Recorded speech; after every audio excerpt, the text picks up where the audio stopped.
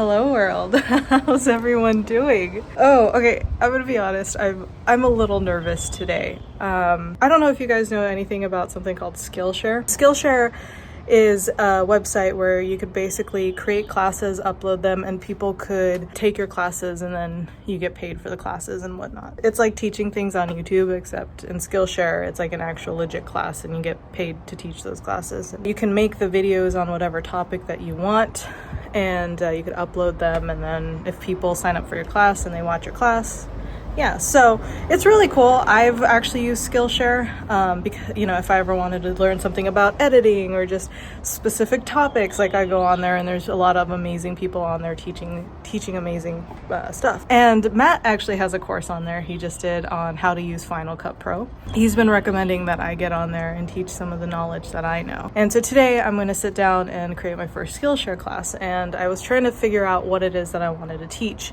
He suggested I teach Japanese, which I can if I wanted to. I already had started a channel on YouTube before called Let's Go Nihongo that never really went anywhere. I uploaded like 3 videos and I never did anything else with it because like I can teach Japanese, but it's not really a passion of mine. I was writing up a video course for Japanese, but I wasn't getting into it, so I was like, I put it off for a little bit, and then I decided, what is one thing I'm passionate about right now? Well, I'm passionate about vlogging, and I think I'm in a unique position because I vlog every single day, and there's so many people that reach out to me, YouTubers that I watch and think they do amazing content, who reach out to me for advice, which blows my mind because I'm like, compared to you guys, I'm like nothing. You know, Matt's always like, yeah, you have something there. You should teach people how to do what you do. And I'm like, but a lot of what I do is mindset. You know, it's not necessarily a technical skill, it's a mindset. And he's like, no, put out there what you feel people need to know when getting into vlogging. So I'm gonna create my first course, but I'm nervous because I never feel like I know enough of anything to teach anybody anything. I'm not very good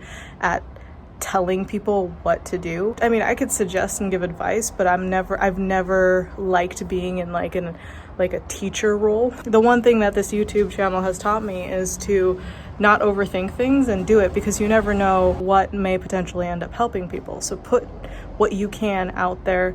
Everybody has a unique voice, and some people may be waiting to hear yours. So I'm gonna create my first Skillshare video. I'm really nervous. I'm actually getting butterflies, and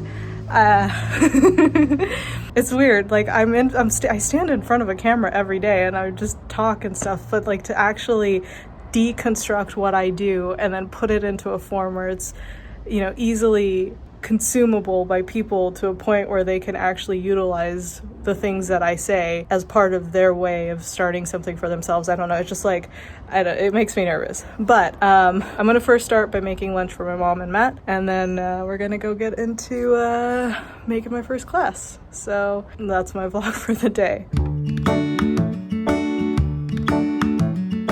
For lunch today, I'm just making Matt and my mom a simple panini. I got bread, tomatoes, avocado, ham, cream cheese, and cheese. Just something simple because I don't want to spend too much time making food, but I also want them to have something good to eat. So let's get that started. I'm not really going to show this process because it's going to take a long time, so I'm just going to show you the finished product. And here it is, my little panini. I have a layer of cream cheese on the bottom. I put a little bit of garlic powder on the cream cheese and mixed it together and then layered it on the bottom. Then I got a little bit of ham, some avocados, some tomatoes, a little bit of Japanese mayonnaise, another layer of just regular slices of cheese. And then I coated the top and the bottom with olive oil that was mixed with garlic powder and a little bit of basil. And that is my mom and Matt's lunch for the day. All right, so my mom enjoyed her panini. I honestly wish I could have a panini too, but I am gonna eat this noodle broth thing that I made because my IBS is acting up, so my stomach hurts. It's been hurting for like a week and a half, but it's not hurting as bad as it was maybe 3 or 4 days ago. It's gone on long enough and it's not going away that I'm like, all right, I have to change my diet a little bit, and this is a very common theme. Things like bread and vegetables and something, you know, harsh things like cheese really affect my stomach. When my stomach is really upset and my IBS is acting up, I just eat pretty much plain noodles and broth and something soft so my stomach can easily digest it. So I'm gonna eat this real quick and then we'll start working on my course.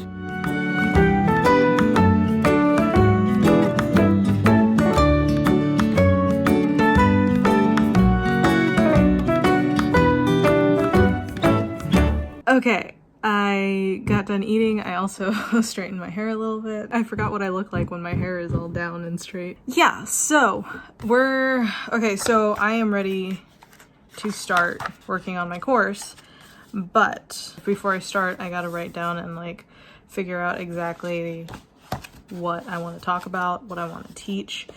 So what I'm going to do is I'm going to go on Skillshare, and then I am also going to see how other people are doing it.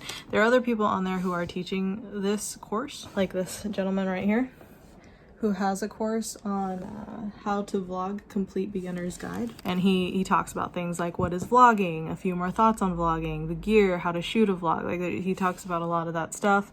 And his course is only like 39 minutes long, and he's got 9,256 students.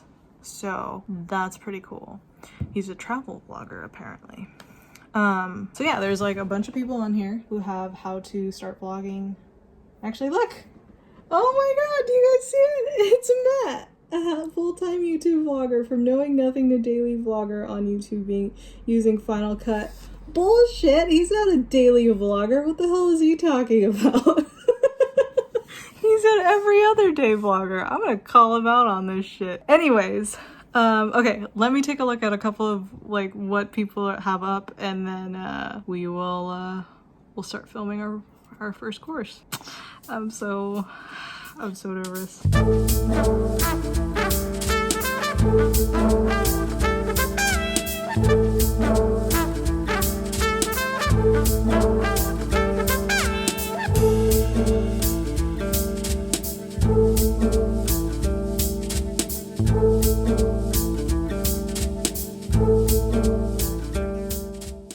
All right, I think I have some topics that I want to talk about, specifically like what is a vlog, because I think a lot of people don't know what a vlog is. There's so many different types of vloggers out there, and I think that's a really good topic to discuss because, you know, like when I was first starting vlogging, I would watch people like Casey Neistat, and I would think to myself and compare myself to my capability of what like Casey Neistat does, and I'm like, oh my god, like that is a vlogger? There's no way I'm gonna be able to be a successful vlogger. But then I came across Fathering Autism, who had a completely different style. I think is equally as successful. He does a fantastic job with what he does, and I respect him a lot. And he was the one who actually, like, watching his vlogs helped me be like, okay, I could be a vlogger too. And he's killing it. It's amazing. And so there's so many different types of vloggers. I don't know, I think it'd be good to know, because a lot of what I believe vlogging is the ability to be creative and be your genuine self and just kind of showcase your life and your thought process, and just it's a means for creativity. And I think that's one of the reasons why I like to vlog. And I think that was something that people really need to know when they're starting off vlogging, because they don't have to be the next Casey Neistat. They don't have to be the next Fathering Autism. They don't have to be the next me. The beauty of vlogs is to be able to be who you want to be. So I think that's a really important topic to talk about. And then I'm going to be talking about like how to vlog without skill, because I think that's a big thing that people worry about. They're like, oh, I don't know how to edit, I don't know how to do this. It's like, you don't have to worry about that. Some people upload vlogs without ever editing their vlogs. Peter Mon has a vlog that he does every single day where he sits in his garage, puts his phone on the dashboard and just talks to the camera for an hour. That's his daily vlog. You don't have to have editing skills. If you want to learn editing skills, that could be learned. I don't know. I'm just basically reiterating the things that I'm going to say to my video. And then I'm going to go on and talk about not copying other vloggers, the benefits of having no viewers and subscribers in the beginning, because that's something that everyone worries about. I sure as hell did when I was starting. But the thing you have to realize is, as the more consistent you are, you will eventually attract people. And the thing about vlogging is it is a slow process, because, you know, unlike being a niche YouTube channel where you're talking about specific topics that you can use for analytical purposes and like boost your channel that way, a lot of the time vloggers like me who just vlog their daily life, like how do you even promote that? The type of vlogging that I do is more of just people have to get to know me as a person and eventually start following me and start connecting with me. But that is, I think when you're starting YouTube vlogging, that is one of the things that I think is the hardest thing for people to understand, is like vlogging in general is not necessarily like you go out and like grab people's attention right off the bat, because people have to get to know you on a personal level. They almost have to become your friend. You have to build a rapport with people before people start following you. And I think, you know, when you're first starting off vlogging and you worry about subscribers and viewers, I actually think it's more of a unnecessary stressor. Like, you have to go into it with kind of an okay mentality, thinking, okay, I'm probably not going to grow as fast, but eventually I will. It's definitely a slow and steady wins the race type of game as far as vlogging goes. I mean, obviously you can hone your skills and tackle topics that are trending if you want to go that route and vlog about that and throw that in your vlog. But if you just want to vlog about your daily life, like, you're not going to have that many people watching you in the beginning until they find it some sort of connection with you. And the benefit to that is that in the beginning, especially when you're starting off, you're gonna mess up a lot. You're gonna be awkward in front of the camera. But I think it's better to mess up when nobody's watching, and guaranteed the more you do it, the more comfortable you're going to get, and then the more you're going to be a better vlogger, because you're going to gain skills and learn skills along the way. So by the time people start watching you, you're going to be a lot better than when you start. So it's better, I think, almost a blessing not to have too many people watching you while you're fumbling your way through in the beginning. So I want to talk about that. I also want to talk about not doing it for the money. I don't think there's anything wrong with wanting to make a living doing what you love and vlogging, like eventually turning it into some sort of money source, you know, whether you created a company and you have an audience to, you know, promote the product to, or like stuff like that. Like, I don't have a problem with that, because if you do it in a legitimate way and you're doing it with genuine intention, I don't see anything wrong with making money by doing what you love.